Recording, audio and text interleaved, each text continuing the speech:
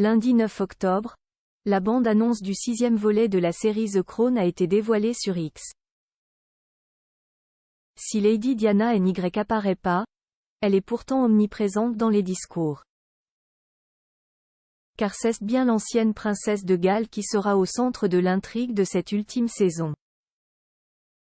Le 16 novembre prochain, les Windsor seront de retour sur Netflix. Alors que la série à succès The Crown se prépare à dévoiler la première partie de son ultime chapitre, les premières images de ce nouveau volet ont été diffusées lundi 9 octobre sur X.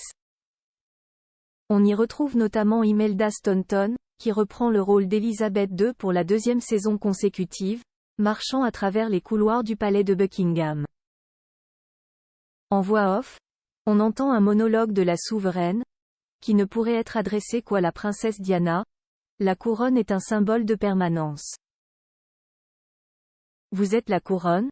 Quoi que vous fassiez.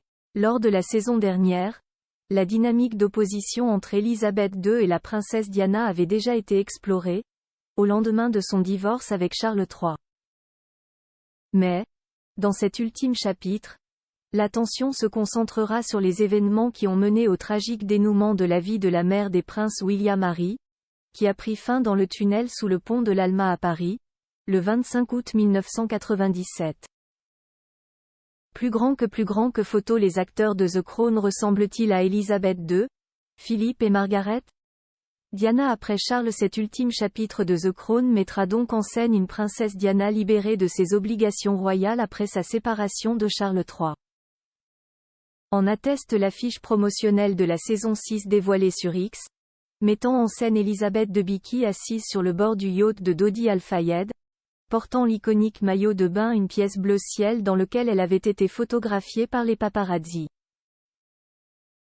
Cet ultime chapitre sera scindé en deux parties, diffusées les 16 novembre et 14 décembre prochains.